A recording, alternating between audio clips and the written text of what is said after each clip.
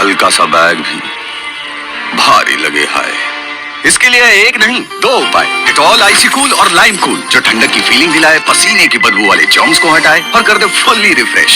गर्मी जाओगे भूल with Dettol IC cool and lime cool.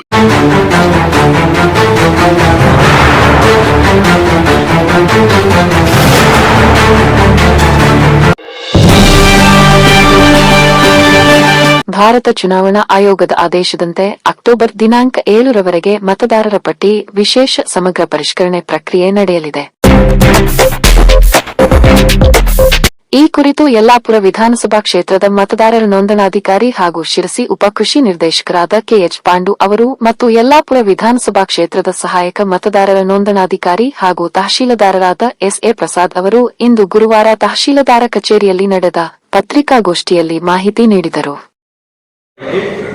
ಪುರುಷರು 39,713 ಇದ್ದಾರೆ, ಮಹಿಳೆಯರು 38,715 ಮತದಾರರಿದ್ದಾರೆ.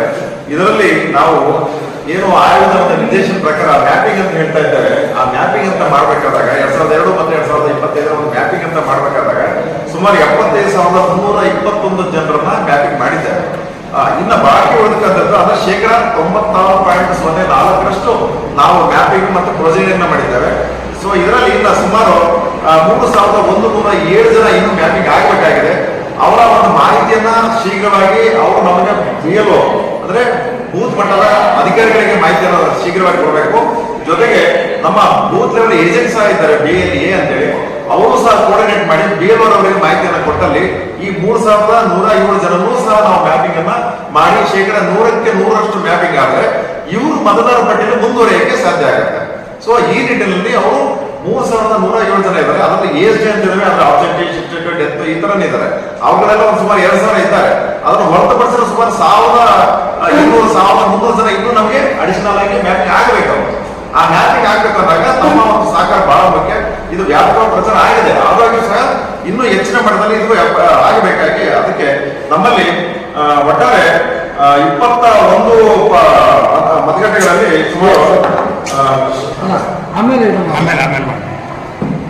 ಸುಮಾರು ನಮ್ಮಲ್ಲಿ ಇರ್ತಕ್ಕಂಥ ಮತಗಟ್ಟೆಗಳು 91 ಮತಗಟ್ಟೆಗಳಲ್ಲಿ ಸುಮಾರು 90ರಿಂದ 95ರಷ್ಟು ಮ್ಯಾಪಿಂಗ್ ಆಗಿರುತ್ತೆ. 21 ಮತಗಟ್ಟೆ ಆಗಿದೆ. ಶೇಕಡ 95ರಿಂದ 100ರಷ್ಟು ಹತ್ರ ಮ್ಯಾಪಿಂಗ್ ಆಗಿರೋದು 64 ಮತಗಟ್ಟೆಗಳಾಗಿದೆ.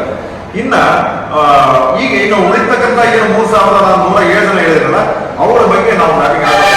ಈ ಒಂದು ಮತದಾರ ಪಟ್ಟಿಯಲ್ಲಿ ನಮ್ಮ ತಾಲೂಕಿನಲ್ಲಿ ಸುಮಾರು 328 ಜನ VIP ವೋಟರ್ಸ್ ಇದ್ದಾರೆ. VIP ವೋಟರ್ಸ್ ಅಂದಾಗ ಅವರು ಸಾಹಿತ್ಯವಾಗಲಿ, ಸಾಂಸ್ಕೃತಿಕವಾಗಲಿ, ಅಥವಾ ನೀವು ಪತ್ರಿಕೆ ಮಾಧ್ಯಮದವರಾಗಲಿ, ಅಥವಾ MLA, MPs, ಪ್ರಧಾನಮಂತ್ರಿ, ಹೀಗೆ ಎಲ್ಲರೂ ಸೇರ್ತಾರೆ. ಒಟ್ಟು ಗಣ್ಯಾತಿ ವ್ಯಕ್ತಿಗಳು ಸಹ 328 ಜನ ಇದ್ದಾರೆ. ಆಮೇಲೆ 1,049 ಅಂಗವಿಕಲ ಇರತಕ್ಕಂಥ ವ್ಯಕ್ತಿಗಳು ಸುಮಾರು 1,049 ಜನ ಇದ್ದಾರೆ. ಇಲ್ಲಿ ನಮ್ಮಲ್ಲಿ ಮತದಾರ ಪಟ್ಟಿಯಲ್ಲಿ ಶೇಕಡ 100 ವಯಸ್ಸು, ಅಂದ್ರೆ 100 ವಯಸ್ಸು ದಾಟಿರೋರು ನಮ್ಮಲ್ಲಿ 2 ಏನೋ ಇದ್ದಾರೆ. ಅದಕ್ಕಿಂತ ಅದು ಬಿಟ್ರೆ ಇನ್ನು ನಮ್ಮಲ್ಲಿ ನಮ್ಮ ಮತಗಟ್ಟೆ ಮಟ್ಟದ ಅಧಿಕಾರಿಗಳು ಅಂದ್ರೆ ನಾನೇನು ಹೇಳಿದ್ದೆ ASDD ಅಂತ ಹೇಳ್ತೀನಿ, ಅಂದ್ರೆ ಆಬ್ಜೆಕ್ಟಿವ್, ಶಿಫ್ಟೆಡ್, ಡೆತ್ ಮತ್ತೆ ಡಬಲ್ ಅಂತ ಹೇಳಿ. ಈ ಮತದಾರರು ಒಟ್ಟಾರೆ ಸುಮಾರು ಆಬ್ಜೆಕ್ಟ್ ಅನ್ನ ನಾವು ಐಡೆಂಟಿಫೈ ಮಾಡಿದ್ರೆ ಸುಮಾರು 210 ಜನ ಇಲ್ಲಿ ಆಬ್ಜೆಕ್ಟ್ ಆಗಿದ್ದಾರೆ. ಸುಮಾರು ಶಿಫ್ಟೆಡ್ ಅನ್ನೋದು 911 ಜನ ಶಿಫ್ಟೆಡ್, ಅಂದ್ರೆ ಬೇರೆ ಬೇರೆ ರೀಸನ್ ಇಂದ ಪರ್ಮನೆಂಟ್ ಆಗಿ ಶಿಫ್ಟೆಡ್ ಆಗಿದ್ದಾರೆ, ಅಂದ್ರೆ 911 ಜನ ಇದ್ದಾರೆ. ಹಾಗೂ ಸತ್ತೋಗಿರೋರು ಸುಮಾರು 280 ಜನ ಮತದಾರ ಪಟ್ಟಿಯಲ್ಲಿ ಈಗ ನಮ್ಮಲ್ಲಿ ಐಡೆಂಟಿಫೈ ಆಗಿದ್ದಾರೆ ಈಗಿನ ಪ್ರೆಸೆಂಟ್ ಬಂದಿದ್ದಾರೆ. ಇನ್ನು ಡೂಪ್ಲಿಕೇಟ್ 2 ಬಾರಿ ಮತದಾರರ ಹೆಸರುಗಳು ಇರ್ತಕ್ಕಂಥ ಒಂದು ವ್ಯಕ್ತಿಗಳಲ್ಲಿ 115 ಜನರು, ಹೀಗೆ 1,516 ಒಟ್ಟು ASD ಅನ್ನೋ ಮತದಾರರನ್ನ ನಾವು ಐಡೆಂಟಿಫೈ ಮಾಡಿದ್ದೇವೆ. ಈಗಾಗಲೇ ನಾವು ಪೊಲಿಟಿಕಲ್ ಪಾರ್ಟಿಯವರಿಗೆ ಮತ್ತೆ BLOಗಳಿಗೆ, BLO ಸೂಪರ್ವೈಸರ್ಸ್ಗೆ, ಹಾಗೆ ಮತ್ತೆ ತಮಗೂ ಸಹ ಈ ಒಂದು ಮಾಹಿತಿಯನ್ನ ಕೊಡ್ತಾ ಇದ್ದೇವೆ. ಅನೇಕ ರೀತಿಯ ತರಬೇತಿಗಳನ್ನು ನಾವು ಹಮ್ಮಿಕೊಂಡಿದ್ದೇವೆ. ಅನೇಕ ರೀತಿಯಲ್ಲಿ ಅವ್ರ ಮಾಹಿತಿಯನ್ನ ಸ್ಥಳೀಯವಾಗಿ ಮತ್ತೆ ಗ್ರಾಮ ಪಂಚಾಯತಿ ಮಟ್ಟದಲ್ಲಿ ನಾವು ಮಾಡ್ತಾ ಇದ್ದೇವೆ. ಗ್ರಾಮ ಪಂಚಾಯತಿಯ ಮಟ್ಟದಲ್ಲಿ ವೋಟರ್ ಫೆಸಿಲಿಟೇಷನ್ ಸೆಂಟರ್ ಅನ್ನ ತೆರೆಯಕ್ಕೆ ಈಗಾಗಲೇ ಅನುಮತಿಯನ್ನ ನೀಡಿದ್ದಾರೆ. ಸೊ ವೋಟರ್ ಫೆಸಿಲಿಟೇಷನ್ ಸೆಂಟರ್ ಅನ್ನ CO ಅವರ ನಿರ್ದೇಶನ ಪ್ರಕಾರ ಅಂದ್ರೆ ಸ್ವೀಪ್ ಅಂತ ಏನಿದೆ, ಆ ಸ್ವೀಪ್ ತಾಲೂಕು ಲೆವೆಲಲ್ಲಿ ಇವರವರಾಗಿರ್ತಾರೆ. ಇವು ನಮ್ಮ ಕಾರ್ಯನಿರ್ವಾಹಕರು ಇರ್ತಾರೆ, ತಾಲೂಕು ಪಂಚಾಯತ್ ಇವರು ಸ್ವೀಪ್ ಅಲ್ಲಿ ಇರ್ತಾರೆ. ಸೊ ಇವರು ಪ್ರತಿ ಗ್ರಾಮ ಪಂಚಾಯತಿಯಲ್ಲಿ ಮತ್ತೆ ನಮ್ಮ ಕಚೇರಿಯಲ್ಲೂ ಸಹ ವೋಟರ್ ಫೆಸಿಲಿಟೇಷನ್ ಸೆಂಟರ್ ಅನ್ನ ತೆರೀತಾರೆ. ಇಲ್ಲಿ ಯಾವುದೇ ಒಂದು ಸಮಸ್ಯೆ ಇರಬಹುದು, ಅದು ಯಾವುದೇ ಮಾಹಿತಿ ಬೇಕಾದ್ರೂ ಸಹ ಎಲ್ಲ ಮತದಾರರಾಗಿರ್ಬೋದು, ಸಾರ್ವಜನಿಕರಾಗಿರ್ಬೋದು, ಯಾರಾಗಿರ್ಬೋದು ಈ ಒಂದು SIR ಬಗ್ಗೆ ಅಂದ್ರೆ ಸ್ಪೆಷಲ್ ಇಂಟೆನ್ಸಿವ್ ರಿವಿಷನ್ ವಿಶೇಷ ಪರಿಷ್ಕರಣಾ ಏನು ಸಮಗ್ರ ವಿಶೇಷ ಪರಿಷ್ಕರಣಾ ಕಾರ್ಯಕ್ರಮ ನಡೀತಾ ಇದೆ. ಇದ್ರ ಬಗ್ಗೆ ತಾವು ಯಾವ ಬಗ್ಗೆನೂ ತಾವು ಇದರಲ್ಲಿ ಮಾಹಿತಿ ತಗೋದಾಗಿ ಇಷ್ಟು ವಿಚಾರ ಕೊಡೋದು 16 ಗ್ರಾಮ ಪಂಚಾಯತಿಯಲ್ಲಿ ಮತ್ತೆ ಒಂದು ತಾಲೂಕು ಕಚೇರಿಯಲ್ಲಿ ನಾವು ಈ ಹೋಟೆಲ್ ಫೆಸಿಲಿಟೇಷನ್ ಸೆಂಟರ್ ನಾವು ಮಾಡಿದ್ದೇವೆ.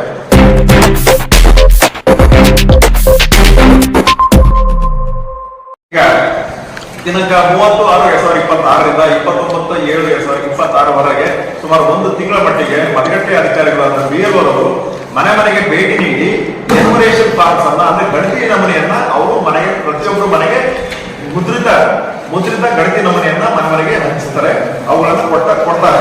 ನೆಕ್ಸ್ಟ್ ಮತಗಟ್ಟೆಗಳ ಪುನರ್ವಿಂಗಡಣೆ ಕಾರ್ಯವನ್ನ ನಾವು 29ನೇ ತಾರೀಕು ರ್ಯಾಷನೈಸೇಷನ್ ಅಂತ ಹೇಳ್ತೇವೆ. ಕರಡು ಮತದಾರ ಪಟ್ಟಿಯನ್ನ ಅಂದ್ರೆ ಯಾರ್ಯಾವ ಫಾರ್ಮ್ಗಳನ್ನು ನಾವು ಮನೆ ಕೊಟ್ಟಿದ್ದೇವೆ ಆ ಎಲ್ಲಾ ಫಾರ್ಮ್ಗಳನ್ನ ಫಿಲ್ಅಪ್ ಮಾಡಿ ಜನ ನಮಗೆ ವಾಪಸ್ ಕೊಟ್ರೆ ಆ ಕೊಟ್ಟಿರ್ತಕ್ಕಂಥ ವ್ಯಕ್ತಿಗಳ ಹೆಸರನ್ನ ಕರಡು ಮತದಾರ ಪಟ್ಟಿಯನ್ನ 5/8/2026 ಆಗಸ್ಟ್ 5ನೇ ತಾರೀಕಲ್ಲಿ ನಾವು ಪಬ್ಲಿಕೇಶನ್ ಮಾಡ್ತೇವೆ. ಅದಾದ ನಂತರ 5/8/2026ರಿಂದ 4/9/2026ವರೆಗೆ ಒಂದು ತಿಂಗಳ ಮಟ್ಟಿಗೆ ಹಕ್ಕು ಮತ್ತೆ ಆಕ್ಷೇಪಗಳನ್ನ ಸಲ್ಲಿಸಲು ಮತ್ತೆ ಅವಕಾಶ ಇದೆ, ಒಂದು ತಿಂಗಳ ಮಟ್ಟಿಗೆ.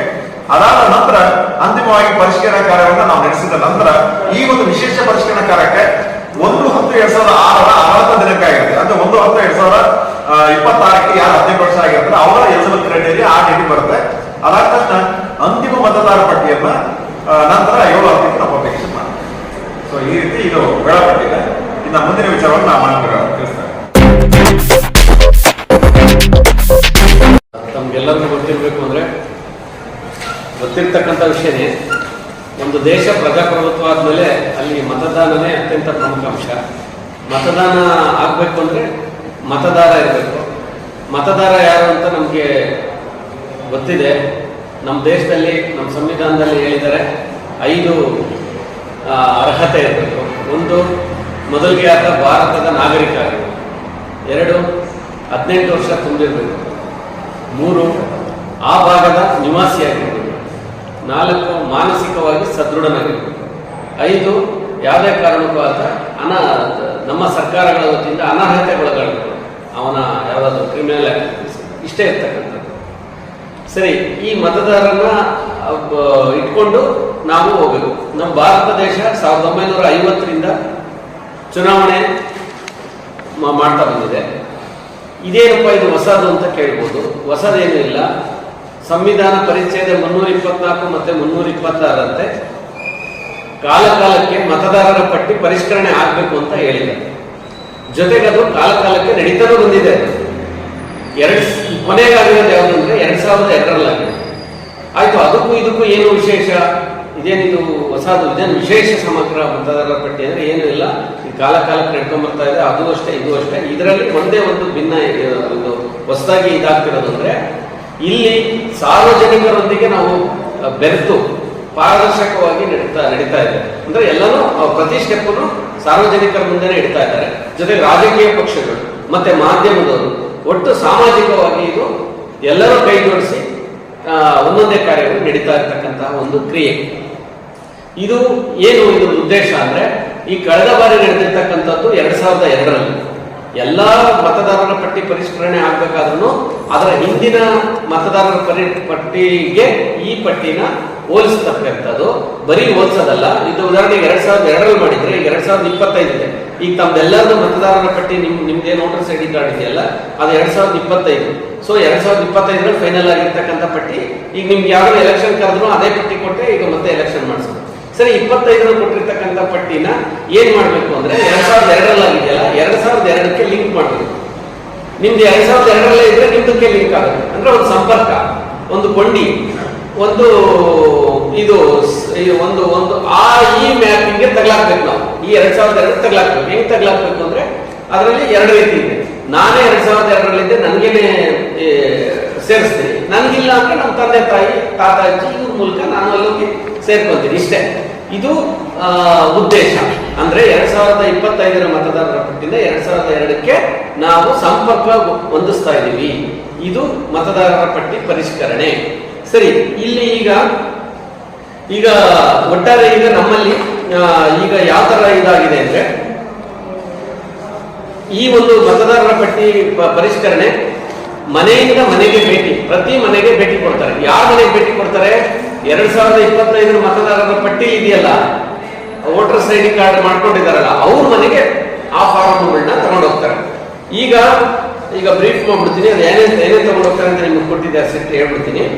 ಅದನ್ನ ಮನೆಗೆ ಹೋಗಿ ತಲುಪಿಸ್ತಾರೆ ಮತದಾರರಿಗೆ. ಯಾರು ನಮ್ಮ ಮತಗಟ್ಟೆ ಅಧಿಕಾರಿಗಳು ಇರ್ತಾರೆ, ಆಯಾ ಭಾಗದ ಟೀಚರ್ಸ್ ಅಥವಾ ಅಂಗನವಾಡಿ ಟೀಚರ್ಸ್ ಇರ್ತಾರೆ, ಅವರು ಹೋಗಿ ಆಯಾ ಭಾಗದಲ್ಲಿ ಕೊಟ್ಕೊಂಡ್ ಬರ್ತಾರೆ. ಇದನ್ನ ಎಲ್ಲಿವರೆಗೂ 1 ತಿಂಗಳ ಕಾಲ, ಈ ಜೂನ್ 30ರಿಂದ ಜುಲೈ 29ರವರೆಗೂ ಎಲ್ಲರಿಗೂ ಫಾರ್ಮ್ ಕೊಟ್ಟು ಮತ್ತೆ ಅದನ್ನ ತುಂಬಿಸ್ಕೊಂಡು ವಾಪಸ್ ತಗೊಂಡು ಅದನ್ನ ಕೊಡ್ತಾರೆ. ಇದು ಕಾಲಕ್ಕೆ ಆಗಿಂದಾಗೆ ಮೊಬೈಲ್ ಆಪ್ ಅಲ್ಲೇ ಅಪ್ಲೋಡ್ ಆಗ್ತಾ ಇರುತ್ತೆ.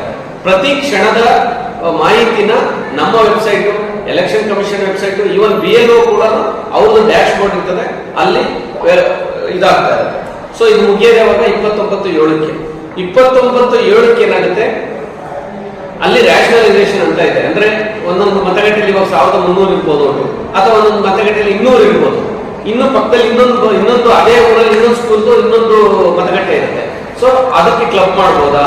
ಒಂದು. ಎರಡನೇದು, ನಮ್ದು ಏನಾಗಿರುತ್ತೆ, ನಮ್ಮ ತಾತ ಅಜ್ಜಿದು ಒಂದು ಮತಗಟ್ಟೆಯಲ್ಲಿ ಇರ್ತದೆ, ನಂದು ನಮ್ಮ ಮನೆಯವರು ಇನ್ನೊಂದು ಮತಗಟ್ಟೆಯಲ್ಲಿ ಇರ್ತದೆ. ಹಿಂಗೆ ಹರಿದು ಹಂಚಿ ಹೋಗ್ಬಿಟ್ಟಿದೆ ಯಾವ್ದು ಮತದಾರರ ಪಟ್ಟಿನಲ್ಲಿ. ಸೊ ಇದನ್ನು ಏನಾದ್ರು ಮಾಡಿ ಕೂಡಿಸ್ಬೋದ ಅನ್ನೋದಕ್ಕೆ ಎಲ್ಲಾ ವಿವರ ಕೊಟ್ರೆ ಅದನ್ನ ರ್ಯಾಷನಲೈಸೇಷನ್ ಮಾಡಿ ಅಥವಾ ನಮ್ಮ ಕಂಪ್ಯೂಟರ್ಲಿ ಆಲ್ಗರಿದಮ್ ಮಾಡಿ ಆದಷ್ಟು ಕೂರಿಸಿ ಒಂದ್ ಕಡೆ ಮಾಡುವ ಪ್ರೋಗ್ರಾಮು ಇದೆ. ಸೊ ಅದೆಲ್ಲ ನಡೀತಕ್ಕಂಥದ್ದು 29/7ಕ್ಕೆ. ಈಗ ನಮ್ಗೆ ಯಾರು ವಾಪಸ್ ಕೊಟ್ಟಿರ್ತಾರೋ ಅವ್ರದ್ದು ಕರಡು ಮತದಾರರ ಪಟ್ಟಿ ಅಂತೇಳಿ ಈಗ ಮುಂಡಗೋಡು ತಾಲೂಕಿಂದ ಪ್ರಕಟ ಆಗುತ್ತೆ. ಯಾವತ್ತು? 5ನೇ ತಾರೀಕು, ಆಗಸ್ಟ್ 5ನೇ ತಾರೀಕು ಪ್ರಕಟ ಆಗುತ್ತೆ ಕರಡು ಮತದಾರರ ಪಟ್ಟಿ. ಇದು ನಮ್ಮ ವೆಬ್ಸೈಟ್ಗಳಲ್ಲೂ ಇರ್ತದೆ, ಇಲ್ಲಿ ನೋಟಿಸ್ ಬೋರ್ಡ್ ಎಲ್ಲರಿಗೂ ಓಪನ್, ಯಾವುದು ಕ್ಲೋಸ್ ಇಲ್ಲ, ಎಲ್ಲರಿಗೂ ಓಪನ್ ಇದೆ. ಇದು ತಮಗೂ ಕೂಡ ಹಂಚ್ಕೊಂತೀವಿ ಆ ಮಾಹಿತಿಗಳನ್ನ. 5ನೇ ತಾರೀಕು ಆಗಸ್ಟ್ಗೆ ನಮ್ಮ ಇಲ್ಲೇ ನೋಟಿಸ್ ಬೋರ್ಡ್ಗೂ ಹಾಕ್ತೀವಿ. ಸೊ ಈಗ ಡೌಟ್ ಬಂತು, ನಂದು ಬಿಟ್ಟೋಗಿದೆ, ಇಷ್ಟೆಲ್ಲ ಇದ್ರು ನಂದು ಬಿಟ್ಟೋಗಿದೆ, ನನ್ನ ಮತದಾರ ಇತ್ತು, ಏನೋ ಒಂದು ಅಬ್ಜೆಕ್ಷನ್ಸ್, ಕ್ಲೇಮ್ಸ್, ಇದನ್ನೆಲ್ಲ ಯಾವಾಗ ಕೊಡ್ಬೇಕು ಅವರು? ಆಗಸ್ಟ್ 5ರಿಂದ ಸೆಪ್ಟೆಂಬರ್ 4ನೇ ತಾರೀಕುವರೆಗೂ ಈ ತಾಲೂಕಿನ ಯಾರಾದ್ರೂ ಕೂಡ ಅಬ್ಜೆಕ್ಷನ್ ಮಾಡ್ಬೋದು. ನಂದು ಬಿಟ್ಟಿದ್ದೀರಾ, ಯಾಕೆ ಬಿಟ್ಟಿದ್ದೀರಾ, ಅಥವಾ ನಂದು ಹಕ್ಕಿತ್ತು, ನನ್ನನ್ನ ಪರಿಗಣನೆ ತಗೊಂಡಿಲ್ಲ, ಹಾಕ್ಬೋದು. ಈ ಒಂದು ಅವಧಿನಲ್ಲಿ ಅವರು ಆಕ್ಷೇಪಣೆ ಹಾಕ್ಬೋದು. ಅದಾದ್ಮೇಲೆ ನಂತರದ ನಾವು ಅದನ್ನು ವಿಲೇವಾರಿ ಅವತ್ತಿಂದನೇ ಅಕ್ಟೋಬರ್ 3ನೇ ತಾರೀಕುವರೆಗೂ ಇದೊಂದು ಏನು ಕೊಟ್ಟಿರ್ತಾರೋ ಅದನ್ನ ಪರಿಷ್ಕರಣೆ ಮಾಡಿ ಆಕ್ಷೇಪಣೆಗಳ ವಿಲೇವಾರಿನ ಮಾಡ್ತೀವಿ. ಅಕ್ಟೋಬರ್ 7ನೇ ತಾರೀಕು ಅಂತಿಮ ಮತದಾರರ ಪಟ್ಟಿನ ಪ್ರಕಟ ಆಗ್ತದೆ.